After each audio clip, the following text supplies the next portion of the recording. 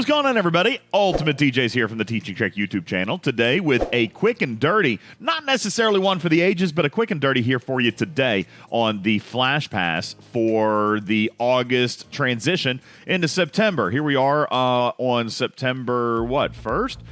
And we're going to talk to you a little bit today about the Flashpass because I have seen this in the chat. I've seen a couple of people saying, well, you know, I'm not quite feeling it, not quite really liking it as much as the last one. Whoop, whoop, slide. Slippity slide. I'm not liking it as much as the last one because the last one had John Harrison in it. And what does this one have? This one has Aaliyah Mackinnon. This one has Gauron. And this one has Epic Rom. I will tell you, and this is why, primarily why I made the video today, because I wanted people to know the logic behind this. And before anybody says I'm defending Scopely, let me now take responsibility for the content that I have a hand in creating. I selected these officers for this Flashpass, and I'm going to tell you why. All right, there was logic behind this. Now, obviously, I didn't just get my plain-out pick of any officer. Yo, Picard, what would have been up? But Scopely gave me a list of acceptable epics, rares, and uncommons, and then I got to choose from the list. So I am telling you guys this, not so that you guys can yell or be angry or tell everybody how bad it is, but there was some logic to go behind this, and I do appreciate Scopely allowing me to have the input and be able to make the suggestions that I did that they ultimately ended up accepting. So if you guys are truly so furious at this Flashpass, then you can leave them in the comments below, and I'll try to avoid the cans of tomatoes. That said, there actually is some logic and there is some benefit to the officers that were selected this month. Now, are they as good as John Harrison?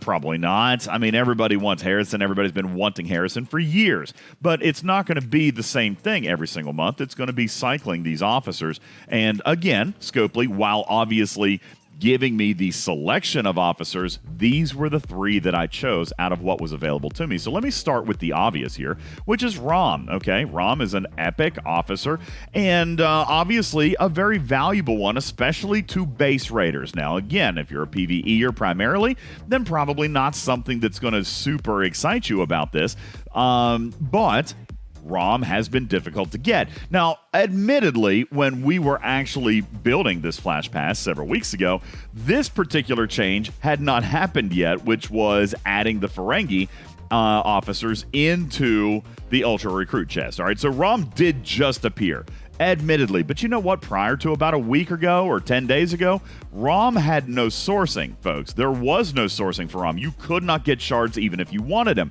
So when that officer was on the list, I said, obviously, that makes the choice. I approached this from a sourcing perspective. Rom had none. So I decided that I would recommend Rom because anything that doesn't have sourcing, I'm all about improving the sourcing. All right, let's take a look at the next officer, which was Gauron. All right, now somebody going to say, well, this is a rare officer, and he's a PvP officer, and kinda. I mean, he can be used in PvE, but mainly PvP officer. Why would you choose Gauron? Well, again, also a very specific officer choice. See, this month we had a lot of conversation about Strike Team, and we had a lot of conversation about Mantis, and we had a lot of conversation about Enterprises and Augurs, and, you know, the Enterprise. A lot of people with the Enterprise saying that they have been nullified, that they're not as good anymore, and I disagree with a lot of those comments. However, I did choose this officer for you guys, all right? For those owners of the Enterprise who felt like they had lost a competitive advantage, let's take a look at what this guy actually does mathematically. Listen, is there a counter for Strike Team? No, there's not, okay? Not the way it exists in the game, which is why a lot of players are very, very fussy. But if I was going to try to reduce the effect or reduce the strength of Strike Team, this is the officer I'm going to use to do it. I'm going to explain to you the logic behind this because Strike Team just ignores shields, right? And then you end up with all the damage against your hull. Well, how do you counter that? You can't, all right? But what you can do is reduce the amount of damage that is actually being applied to your hull. Reminder, what does Gauron do? Gauron increases the shield deflection, which is the primary defense mitigation technique for an Enterprise. He's going to increase the shield deflection by a percentage of crew health. This is increasing your mitigation, which is how much damage is actually just floating off into space without ever having touched your shields and or hull. So if you're increasing your mitigation, that is more damage that never hits you. And if strike team is what you are up against, eventually by round 4, you're going to be taking all of that damage straight to hull. So the only thing that you can really do against strike team right now is just simply decrease the amount of damage that is being applied to the hull. And the way you do that is by increasing your mitigation. Now, some players are probably going to have Gauron maxed, and if you are, then you're probably not a player that's really super awesome, or really super. You are super awesome. You're not super concerned with the loss of ability on the G3 Epic Enterprise. And again, for players saying that they didn't really understand this choice, this is the reason. That's why I'm doing this video, is to explain to you the reason behind my selections. Gauron is going to improve the position of your Enterprise against a strike team. Again, not a counter. I'm totally aware of that, but at least it can increase the mitigation and get a little bit less damage flying against that hull. And lastly, we're going to take a look at the uncommon. Let's take a look at the uncommon in the Flashpass. That would be Mackinnon. Now, Mackinnon is an isogen mining officer, and she's been in the game for well over a year at this point, meaning that there are some players potentially who weren't even around when Mackinnon was introduced. All right, which means some players who were there for that event store may have her maxed, and other players may not have her unlocked at all. Well, let's come back and check out Aaliyah's sourcing. All right, she is an uncommon. Well, we do know that we don't get, whoops, wrong button. We do know that uncommons don't actually show up in the Ultra Recruit bundle. So where else would we be able to find Mackinnon? Is she in the Ultra Recruits? Let's double check. Make sure I'm not crazy. Nope, no uncommons in here whatsoever. So the uncommons must be coming then from the premium recruit chest, right? Let's take a look in here.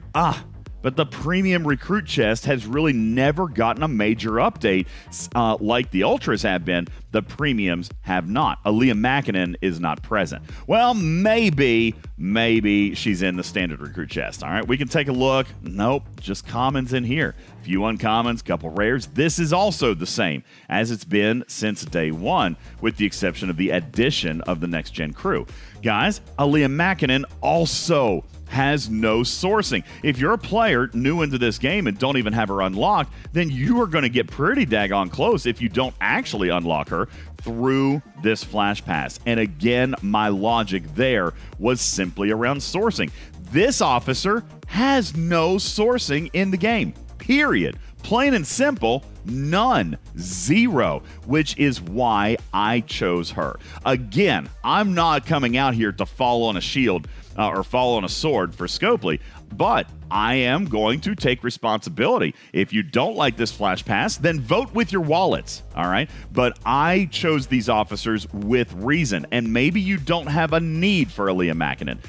Maybe you don't have a need for Gauron, or maybe you don't have a need for Rom. Hopefully one of these three presents some value to you, whether you're an experienced 4-year player or a brand new 6-month-old player who may not have one or more of these officers. But this was the reason that these officers were chosen. Rom, just because no sourcing. Gauron, a slight little bit of edge for Enterprise owners. And Mackinnon, no sourcing. These were the officers that I chose. And again, not coming out here to be the meat shield, but just saying there was a logic to why these officers were chosen, and I wanted to share that with you as to why I am taking responsibility for it. If you don't like it, then be sure to let me know in the comment section below. If you do like it, then also let me know in the comment section below. That would be nice to hear to counteract some of the canned tomatoes coming my way. But I did want to make the video to address that some people have not been as satisfied with this Flash Pass, and I just wanted to explain to you why these officers were chosen. Do you agree or disagree? Leave your comments in the section below. I'll read every single one and try to respond back to you if I'm able to. Please do share with your team. If you're a newer player to the game, or maybe you don't understand how Gauron works, then be sure to let them see the video, and they might understand and might find some value in participating in this Flash Pass. And of course, if you're a player that has absolutely no need for desealing rod fragments or extra bits of latinum or ultra recruit tokens, then don't worry about it, all right? Every single event in this game is, for the most part, pretty much optional. If this is not something that excites you, don't worry about it. Maybe you've already got both the rare and uncommon maxed, and you don't care about ROM. I get it. I really do. And I apologize that this particular Flash Pass was not something that would find value in your mind. But I tried to do the best that I could here. I would like for you to share with your team. Please subscribe while you're here. Click on the bell so you know when we do other content to explain things that are going on in the game. And be sure to give us a like you like. You could also click on that join button down there if you'd be interested in joining our YouTube Members Club. We'd really, really appreciate that. And don't forget, we haven't talked about this in a little while, but we are pushing to 10,000 subscribers. Guys, we are getting very, very close. When we hit 10,000 subs, we're giving away $1,000 in cash packs. Like right here on this channel. When we hit 10,000 subs, I'm giving $1,000 away to the community. So be sure to help spread the word, get those subs coming in, and we're going to have a lot of fun with that. My name is UltimatDJz. I'm from the Talking Trek Podcast, and here, the Teaching Trek YouTube channel, here to talk to you today about this month's Flash Pass. What do you think? Vote with your wallets and your words in that section down below. I'd be really, really curious to hear what's going on. I am your friendly neighborhood cat person saying meow for now. Love you, me to catch you on the next one. Bye, meow. Bye.